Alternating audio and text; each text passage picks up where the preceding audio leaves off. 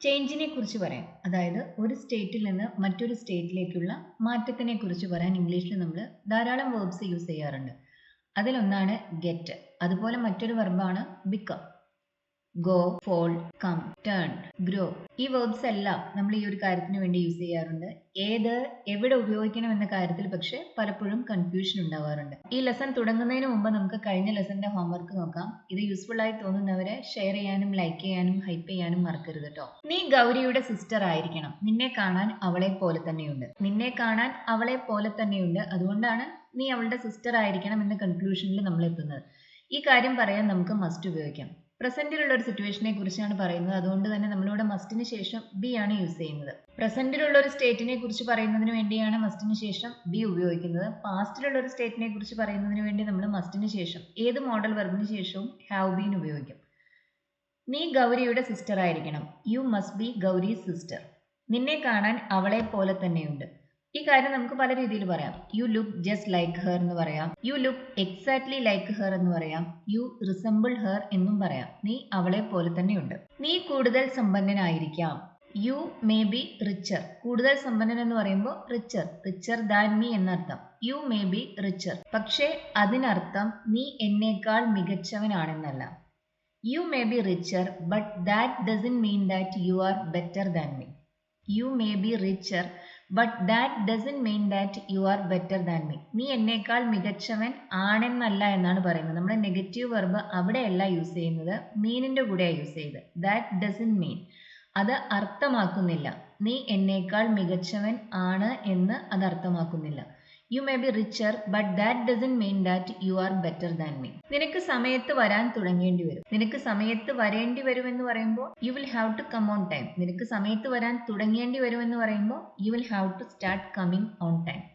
U will have to start coming on time. എന്റെ കണ്ണട കാണാനില്ല. I can't find my glass. My glasses can't be found എന്നത് passive വോയിസിലാണ്. പൊതുവെ ഈ ഒരു കാര്യം നമുക്ക് നമ്മുടെ എന്തെങ്കിലും ഒരു വസ്തു കാണുന്നില്ല എന്ന് പറയുമ്പോൾ നമുക്കാണ് കാണാത്തത്. അതുകൊണ്ട് തന്നെ നമ്മൾ ആക്റ്റീവ് വോയിസിലാണ് നോർമലി പറയുക. I can't find my glasses. ഞാനത് വീട്ടിൽ വച്ചിട്ടുണ്ടായിരിക്കണം. മലയാളത്തിൽ അത് എന്നാണ് എഴുതിയത്, പക്ഷെ ഇംഗ്ലീഷിലെ ഗ്ലാസസ് എപ്പോഴും പ്ലൂറലാണ്. അതുപോലത്തെ കുറേ വേർഡ്സ് ഉണ്ട്. Pants, trousers. നമ്മൾ തെറ്റി പാൻറ് എന്നും ട്രൗസർ എന്നും എല്ലാം പറയും. അങ്ങനെ പറയരുത്. ഇംഗ്ലീഷിൽ അതെല്ലാം പാൻസ്, ട്രൗസേഴ്സ്, ജീൻസ്. അതേപോലെ glasses, spectacles, binoculars, scissors, tweezers, ഇതെല്ലാം പ്ലൂറൽ ഫോംസ് ആണ്. ഈ നൗൺസിന് ശേഷം നമ്മൾ ഉപയോഗിക്കുന്ന വെർബ് പ്ലൂറൽ ആയിരിക്കണം. അതുപോലെ ഈ നൗൺസിന് പകരമായി ഉപയോഗിക്കുന്ന പ്രൊനൗൺസും പ്ലൂറൽ തന്നെ ആയിരിക്കണം. ഞാൻ അത് വീട്ടിൽ മറന്നു വെച്ചിട്ടുണ്ടായിരിക്കണം. I must have left them at home. I must have left them at home. Left it അല്ല, ലെഫ്റ്റ് ദം അറ്റ് ഹോം. ഞാനത് വീട്ടിൽ മറന്നു വെച്ചിട്ടുണ്ടായിരിക്കണം. ഞാൻ അവർക്ക് വേണ്ടി കാത്തു നിൽക്കണം. പല രീതിയിൽ ചോദിക്കാം. Do I have to wait for them? Need I wait for dum?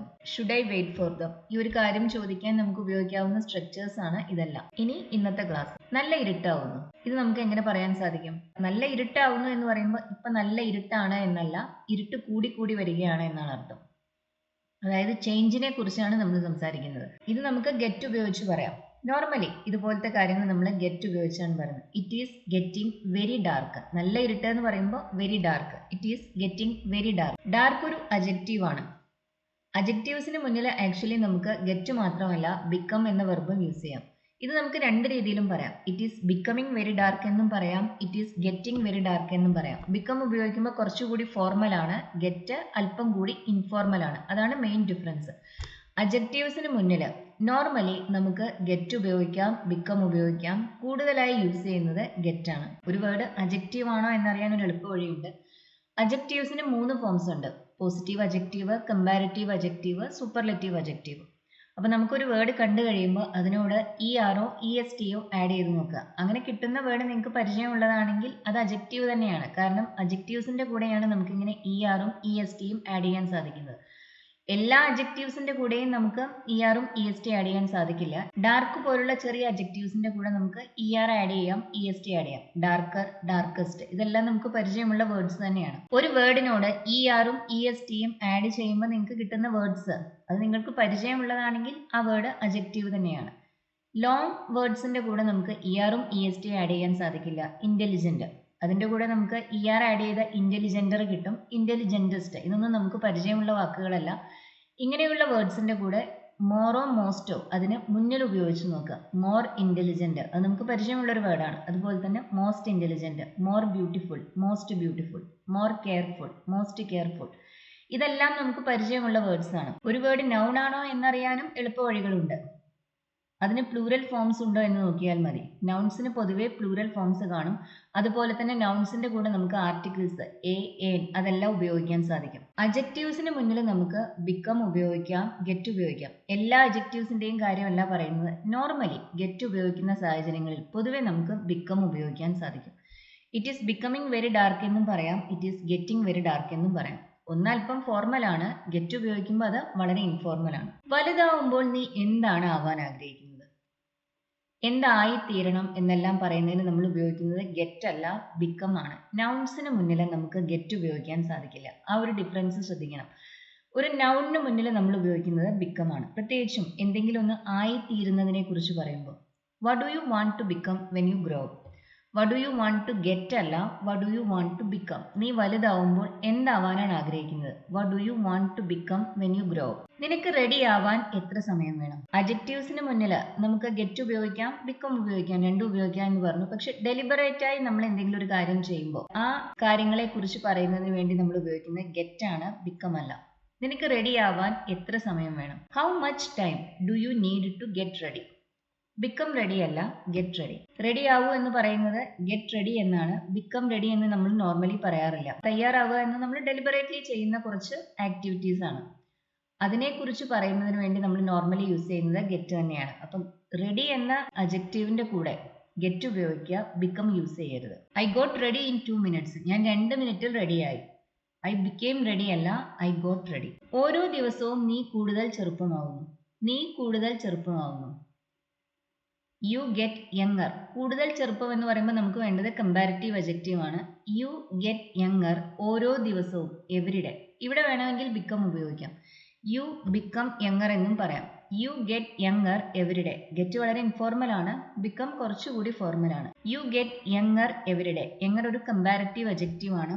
കൂടുതൽ ചെറുപ്പം എന്ന് പറയുന്നതിന് വേണ്ടിയാണ് നമ്മൾ ഈ കമ്പാരിറ്റീവ് ഫോമോട് ഉപയോഗിച്ചത്. അവർ 2025 വിവാഹിതരായി 6 മാസത്തിന് ശേഷം വിവാഹമോചിതരാവുകയും ചെയ്തു. പാസ്റ്റ് പാർട്ടിസിപ്പിൾസിന്റെ കൂടെ നമ്മൾ പൊതുവെ ബിക്കം യൂസ് ചെയ്യില്ല. അതിന് പകരം ഉപയോഗിക്കുന്നത് ഗെറ്റ് ആണ്. ഇങ്ങനെ ഗെറ്റ് ഉപയോഗിക്കുന്ന കുറേ കോമൺ എക്സ്പ്രഷൻസ് ഇംഗ്ലീഷിലുണ്ട്. അതിലൊന്നാണ് get married, get divorced, get broken. അതെല്ലാം അവർ 2005 വിവാഹിതരായി. ദേ മാരീഡ് ഇൻ 2005 അല്ല, ദേ ഗോട്ട് മാരീഡ് ഇൻ 2005. അവർ 2005 വിവാഹിതരായി. 6 മാസത്തിന് ശേഷം വിവാഹമോചിതരാവുകയും ചെയ്തു. And got divorced 6 months later. 6 മാസത്തിന് ശേഷം, 6 months later അല്ലെങ്കിൽ after 6 months.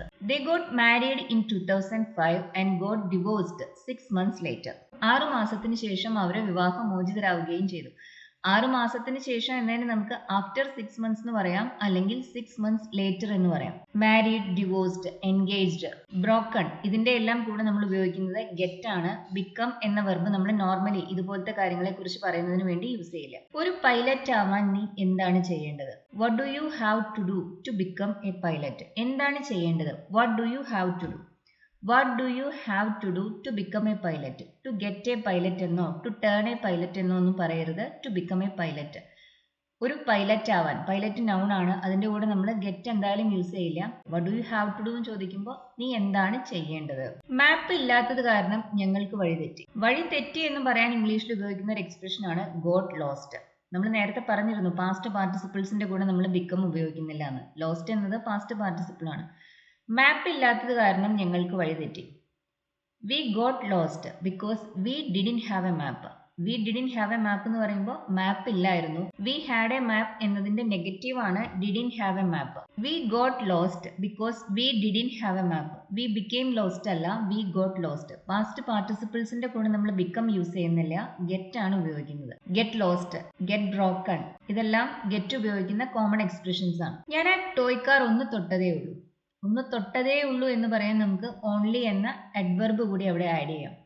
I only touched that toy car. ഞാൻ അതൊന്ന് തൊട്ടതേ ഉള്ളൂ, അപ്പോഴേക്കും അത് പൊട്ടി. ആൻഡ് ഇറ്റ് ബ്രോക്ക് എന്ന് പറയാം, അല്ലെങ്കിൽ ആൻഡ് ഇറ്റ് ഗോട്ട് ബ്രോക്കൺ എന്നും പറയാം.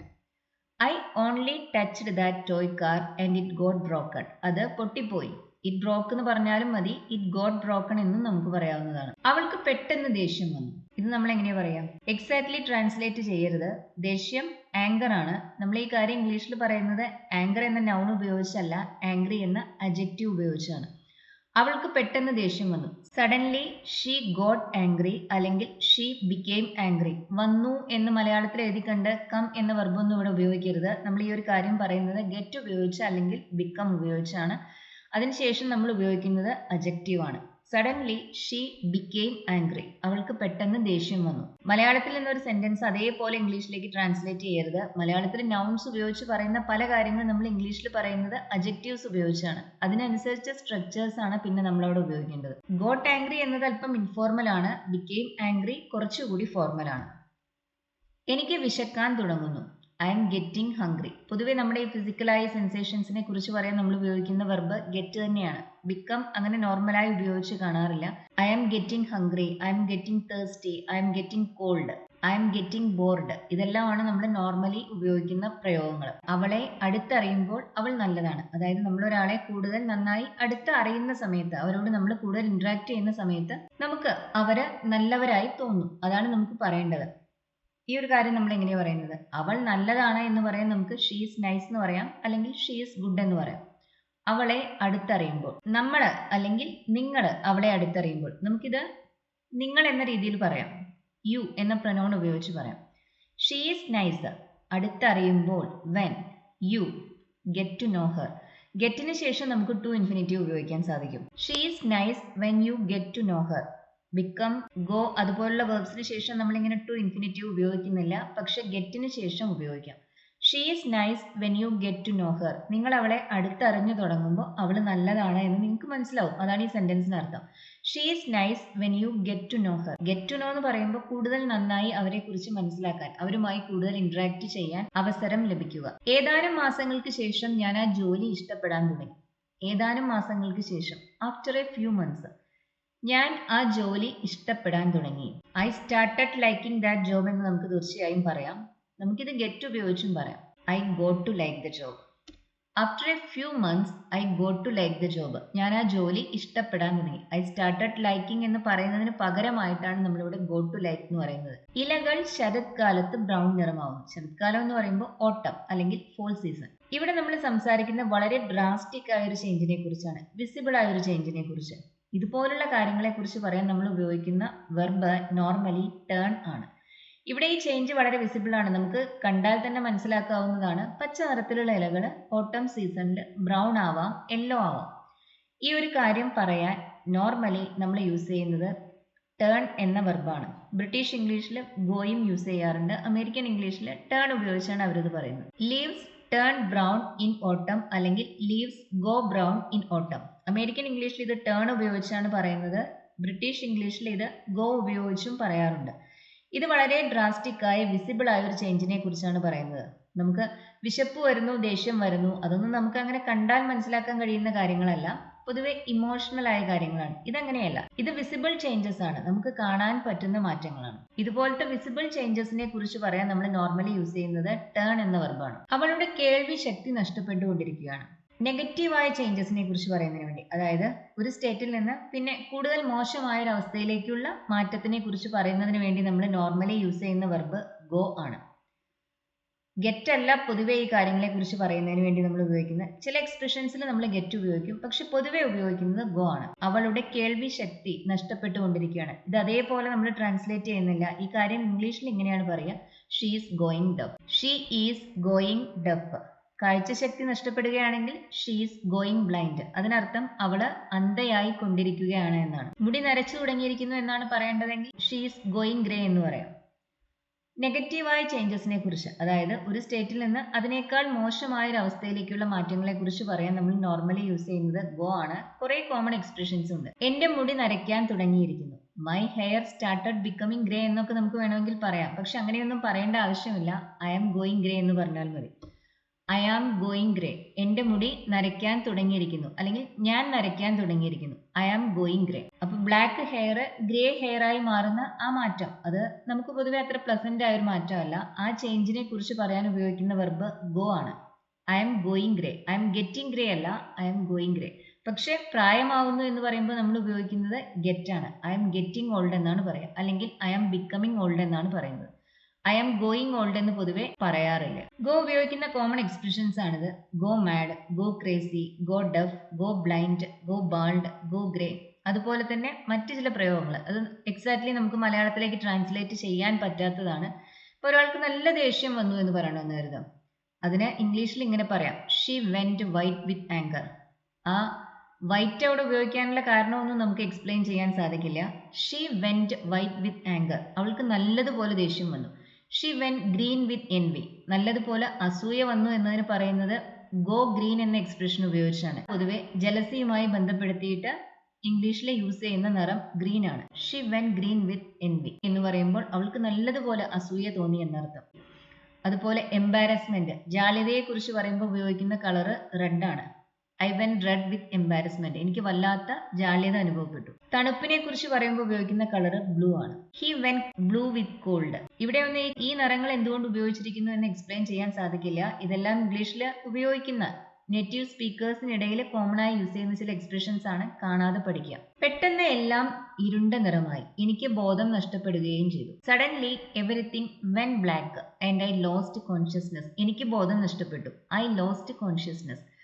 സഡൻലി എവറിത്തിങ് വെൻ ബ്ലാക്ക്, എന്റെ കണ്ണിൽ ഇരുട്ട് കയറി, അത് തന്നെയാണ് ഇതിനർത്ഥം. Suddenly everything went black and I lost consciousness, എനിക്ക് ബോധം നഷ്ടപ്പെടുകയും ചെയ്തു. എവറിത്തിങ് വെൻ ബ്ലാക്ക്, ഗോയുടെ പാസ്റ്റ് ടെൻസ് ആണ് വെന്റ്, അതുകൂടി ശ്രദ്ധിക്കണം. നമ്മളിവിടെ ഉപയോഗിച്ച വെർബ് ഗോ ആണ്, അതിന്റെ പാസ്റ്റ് സിമ്പിൾ ഫോം ആയ വെന്റ് ആണ് ഉപയോഗിച്ചത് എന്ന് മാത്രം, കാരണം നമ്മുടെ sentence past ടെൻസിലാണ്.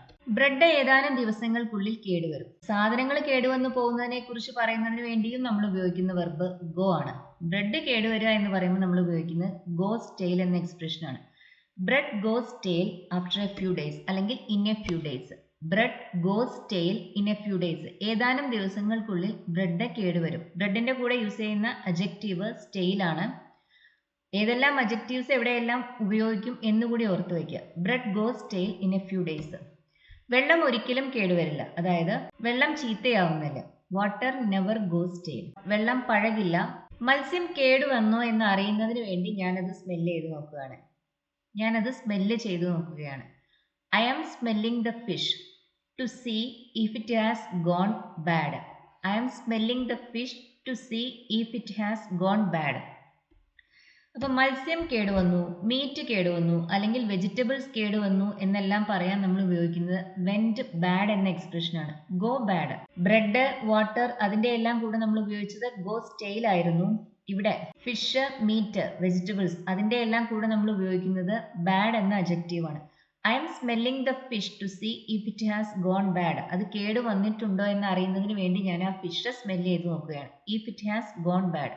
These carrots have gone bad. ഈ ക്യാരറ്റ്സ് കേട് വന്നിരിക്കുന്നു. These carrots have gone bad. കേട് വന്നിരിക്കുന്നു എന്ന് പറയാൻ ക്യാരറ്റ്സിന്റെ കൂടെ നമ്മൾ ഉപയോഗിച്ചത് ഗോ ബാഡ് എന്ന എക്സ്പ്രഷൻ ആണ്. എന്റെ കാറിന്റെ ടയർ റോഡിൽ വെച്ച് കേടായി, പങ്ക്ചറായി. ടയർ കേടുവന്നു, അല്ലെങ്കിൽ ടയറിലെ കാറ്റ് പോയി എന്നെല്ലാം പറയാൻ നമ്മൾ ഉപയോഗിക്കുന്ന എക്സ്പ്രഷൻ ഗോ ഫ്ലാറ്റ് എന്നതാണ്. അപ്പൊ എന്റെ ടയർ റോഡിൽ വെച്ച് കേടായി എന്ന് പറയുമ്പോൾ my tyre went flat on the road.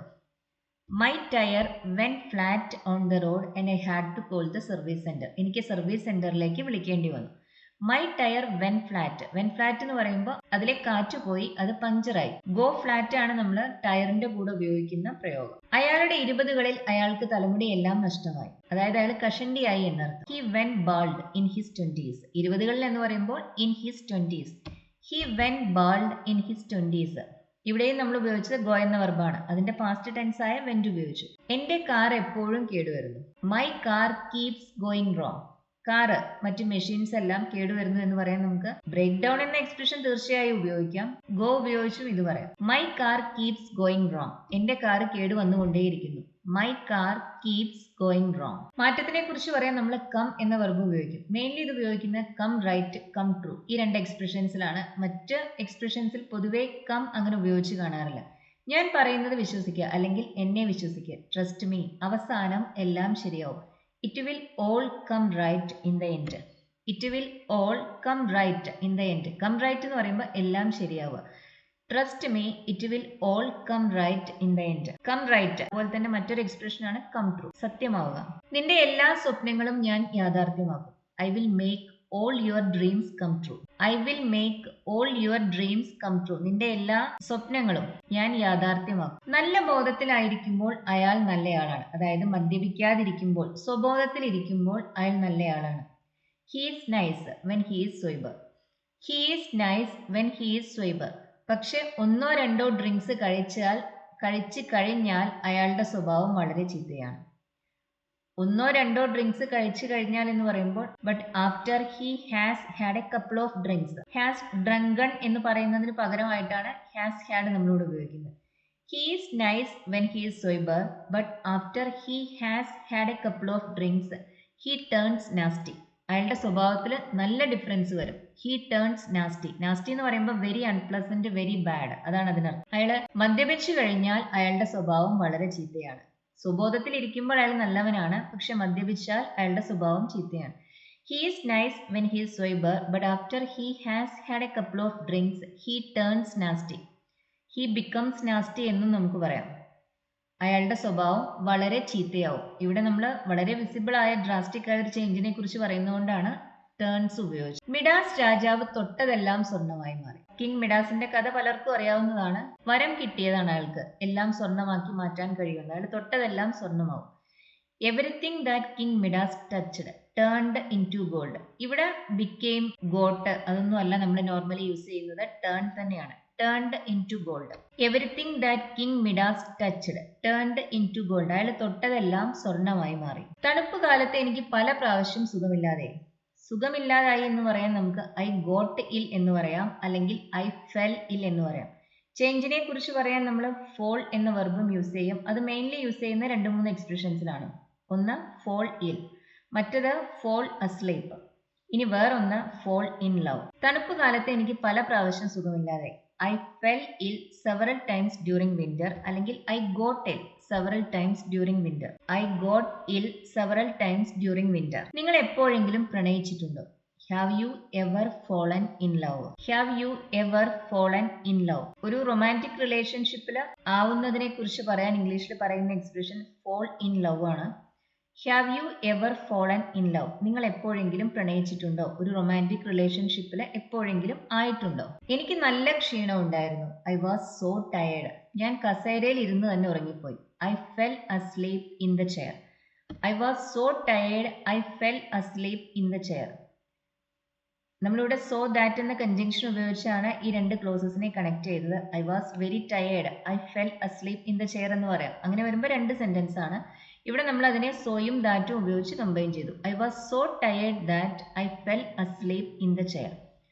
ഞാൻ ഉറങ്ങിപ്പോയി എന്ന് പറയാൻ ഐ സ്ലപ്റ്റ് എന്ന് പറയരുത്, ഐ ഫെൽ അസ്ലീപ് എന്ന് തന്നെ പറയാം. ഇവിടെ നമ്മൾ ഈ ഒരു അസ്ലീപ് എന്ന ഈ ഒരു അഡ്ജക്റ്റീവിന്റെ കൂടെ യൂസ് ചെയ്യുന്നത് ഫോൾ എന്ന വെർബ് തന്നെയാണ്. മറ്റു വെർബ്സ് നമുക്ക് അതിന്റെ കൂടെ യൂസ് ചെയ്യാൻ സാധിക്കില്ല. ഇനി ഇതുവരെ നമ്മൾ പറഞ്ഞത് മാറ്റങ്ങളെ കുറിച്ചായിരുന്നു. ഇനി മാറ്റമില്ലാതെ അതേപോലെ തുടരുന്ന അവസ്ഥയെ കുറിച്ച് പറയാൻ നമ്മൾ 3 വെർബ്സ് ആണ് മെയിൻലി യൂസ് ചെയ്യുന്നത്. Stay, keep, remain. നീ എങ്ങനെയാണ് ഇത്ര ചെറുപ്പമായിരിക്കുന്നത്? How do you stay young? How do you stay so young? അല്ലെങ്കിൽ how do you manage to stay so young? നീ എങ്ങനെയാണ് ഇത്ര ചെറുപ്പമായി ഇരിക്കാൻ നിനക്ക് സാധിക്കുന്നത്? How do you manage to remain so young എന്നും ചോദിക്കാവുന്നതാണ്. ശാന്തനായിരിക്കൂ, ദേഷ്യപ്പെടാതെ, അസ്വസ്ഥനാവാതിരിക്കൂ. കീപ് കാം എന്ന് പറയാം, സ്റ്റേ കാം എന്ന് പറയാം. ശാന്തനായി ഇരിക്കൂ, സുബോധത്തോടെ ഇരിക്കുക, സ്റ്റേ സോബർ. ശ്രദ്ധിച്ചു വാഹനം ഓടിക്കുക, ഡ്രൈവ് കെയർഫുള്ളി. വീട്ടിൽ സുരക്ഷിതമായി എത്തുക, ആൻഡ് ഗെറ്റ് ഹോം സേഫ്ലി. വീട്ടിലെത്തുക എന്നതിന് നമുക്ക് ഉപയോഗിക്കാവുന്ന ഒരു എക്സ്പ്രഷൻ ആണ് ഗെറ്റ് ഹോം. റീച്ച് ഹോം ഉപയോഗിക്കാം, അറൈവ് ഹോം എല്ലാം യൂസ് ചെയ്യാം. സ്വബോധത്തോടെ ഇരിക്കുക എന്ന് പറയാൻ ഉപയോഗിക്കുന്ന പ്രയോഗമാണ് സ്റ്റേ സോബർ. സോബർ എന്ന വാക്കിന് സെൻസിബിൾ, റാഷണൽ ആ അർത്ഥം എല്ലാം ഉണ്ട്. മദ്യപിക്കാതെ, ഇൻടോക്സിക്കേറ്റഡ് അല്ലാതെ ഇരിക്കുന്ന അവസ്ഥയെ കുറിച്ച് പറയാനും നമ്മൾ ഉപയോഗിക്കുന്ന ഈ അഡ്ജക്റ്റീവ് തന്നെയാണ്. നിനക്ക് എത്ര പ്രായമായാലും നീ എന്നും എന്റെ കുഞ്ഞുമോളായിരിക്കും. നിനക്ക് എത്ര പ്രായമായാലും, no matter how old you become. No matter how old you become. നീ എന്നും എൻ്റെ കുഞ്ഞുമോളായിരിക്കും. You will always remain my little girl. No matter how old you become, you will always remain, അല്ലെങ്കിൽ you will always stay my little girl. നീ എന്നും എൻ്റെ കുഞ്ഞുമോള് തന്നെയായിരിക്കും. വെള്ളിയാഴ്ച വരെ കട അടഞ്ഞു കിടക്കും. ഇത് നമ്മൾ പലപ്പോഴും നോട്ടീസിലെല്ലാം കണ്ടിട്ടുള്ളതാണ്. കട അടഞ്ഞു കിടക്കും എന്ന് പറയുന്നതിന് നമുക്ക് റിമെയിൻ ക്ലോസ്ഡ് എന്ന പ്രയോഗം ഉപയോഗിക്കാം. The shop will remain closed until Friday. The shop will remain closed until Friday. വെള്ളിയാഴ്ച വരെ കട അടഞ്ഞു തന്നെ കിടക്കും. ഇനി ഇന്നത്തെ ഹോംവർക്ക്. ഇത് ഈ ലെസണുമായി റിലേറ്റഡ് ആയത് തന്നെയാണ്. ഈ ലെസൺ മുഴുവൻ കണ്ടിട്ടുണ്ടെങ്കിൽ നിങ്ങൾക്ക് ഇത് ചെയ്യാൻ ഒരു ബുദ്ധിമുട്ടും ഉണ്ടായിരിക്കില്ല. ട്രാൻസ്ലേറ്റ് ചെയ്യാൻ വിഷമമുള്ളവർക്ക് ഡൗട്ട്സ് എന്തെങ്കിലും ഉണ്ടെങ്കിൽ ചോദിക്കാം. നിങ്ങളുടെ ആൻസേഴ്സ് നിങ്ങൾക്ക് താഴെ കമന്റ്സിൽ പോസ്റ്റ് ചെയ്യാം. ഈ ലെസൺ നിങ്ങൾക്ക് യൂസ്ഫുൾ ആയിരുന്നു എന്ന് കരുതുന്നു. ഇത് ഇഷ്ടമാവുന്നവർ ഷെയർ ചെയ്യാനും ലൈക്ക് ചെയ്യാനും ഹൈപ്പ് ചെയ്യാനും മറക്കരുത്. അതുപോലെ ഈ ചാനൽ ഇതുവരെ സബ്സ്ക്രൈബ് ചെയ്തിട്ടില്ലാത്തവർ സബ്സ്ക്രൈബ് ചെയ്ത് കാണൂ. Thank you for watching.